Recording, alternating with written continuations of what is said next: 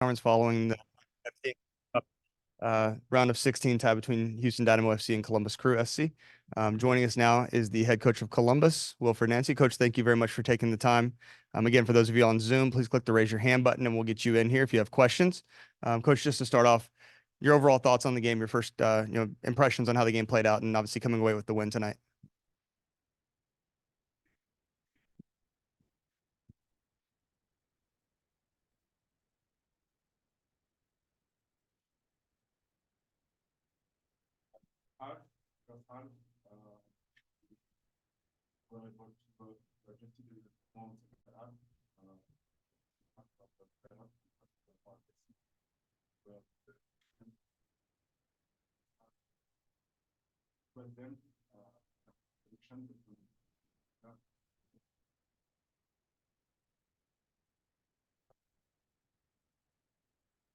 Thank you very much. We'll go ahead and we'll go to Brianna McKay on Zoom. Brianna, go ahead. You should be able to unmute your line in just a second. Hi, first I want to let you know we didn't hear any of that. Yep. Mic was not on. That's my fault. I apologize about that. No, okay, I just want to make sure we were good. Coach, I first want to ask you about just your thoughts throughout the substitutions. You made a lot of moves in the second half, starting with Cucho. You got Christian, you got Alex in there. So just what your thought process with the substitutions you made throughout the game? No, listen, I'm pleased with the player that I have, and the idea is to we had a game plan, and I wanted to have a specific player in this position. That's why I did a few moves, and in second half, the idea was to bring a bit of freshness, and to adjust also tactically a few things, and that's why I decided to make rotation, and they did it well. So I'm pleased because they deserve also to play. Okay, next we'll go to Jose Rodriguez. Jose, go ahead. Your line should be open now. Thank you. Coach, can you talk a little bit about how your team handle, obviously a home and away series can bring some added pressure to it. You guys go on the road for the first game. Can you talk a little bit how your team responded to the challenge of playing in Houston and getting a good result?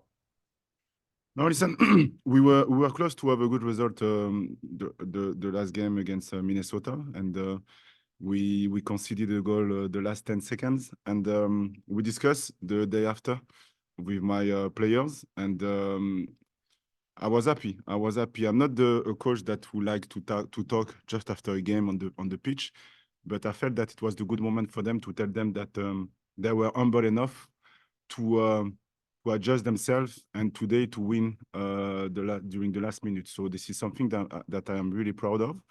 And again, home and away with a lot of respect. The idea is to play our game, and it was 0-0, so we wanted to have something, and this is what we did. And again, this is the mindset that I want from my team.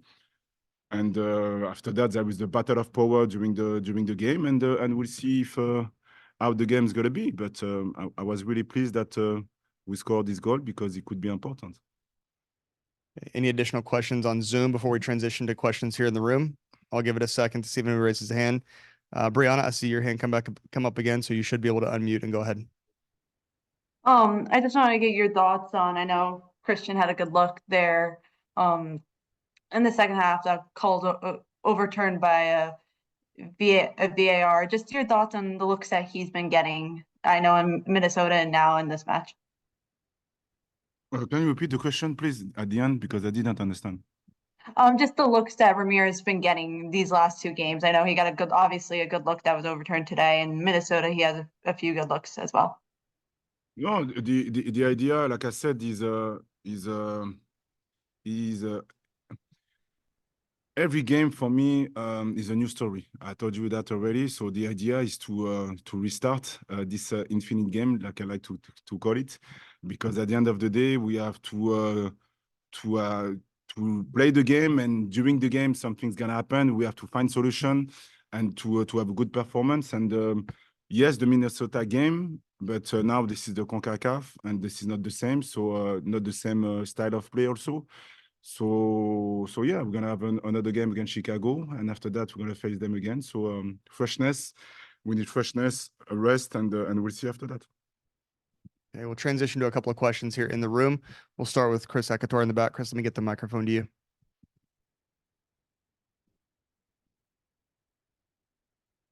Hello, Coach. Hello. You won today. Houston was a Shell Energy Stadium, rather, was a fortress last season, and just pulled on a away victory today. So going forward to the second leg in Crew, are you going to play defensive now that you have one goal advantage? No, I cannot. If I do that, I'm gonna fall on the ground.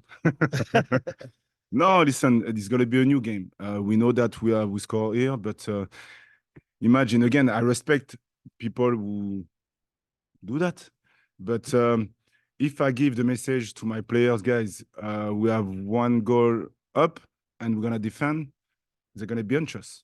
So no, we play our game and we're gonna try to defend well when it's gonna be the good moment and attack well. Is try to score another goal if we can. But the game will dictate everything. But the last 5 minutes, depending the score, now we're gonna adjust. But the game will dictate everything. But no, it's gonna be a new game and I know that I think that Houston will not play this weekend. So they're gonna rest, and us we're gonna play. So again, this is something that we have to take in consideration, but we'll see. Okay, right now you're the most successful Black coach in MLS history. You won, did an impossible last season. So coming into this season, you're playing the Concacaf Champions Cup and also the MLS. Are you under pressure to win anything this season for your team? No, to be honest, I don't see my job like this. I see my job to seek to improvement. And for me, this is the most important. And after that, the consequence of what we do, if we are able to improve all the time about the details, about the evolution of the game, about how we're going to react when we're going to lose game, how we're going to react when we're going to win games. After that, the consequence, if we do it well, is going to be to win against something. But the idea is my team, we want to be limitless.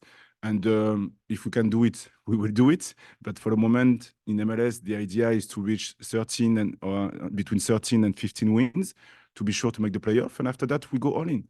And if we can do it, for sure, we're going to do it because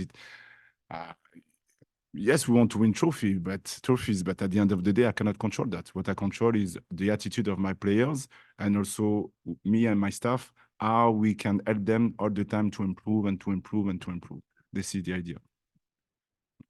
Center on your right, Christian. Yes. How you doing, Coach? Hi. So talking outside to one of the Houston Dynamo players, he said that he felt maybe the Houston Dynamo respected a little bit too much the Columbus Crew. In your eyes, do you think maybe the Houston Dynamo respected Columbus Crew too much, not to, push forward? No, honestly, the first half was not easy for us. They played their game, and we were in between.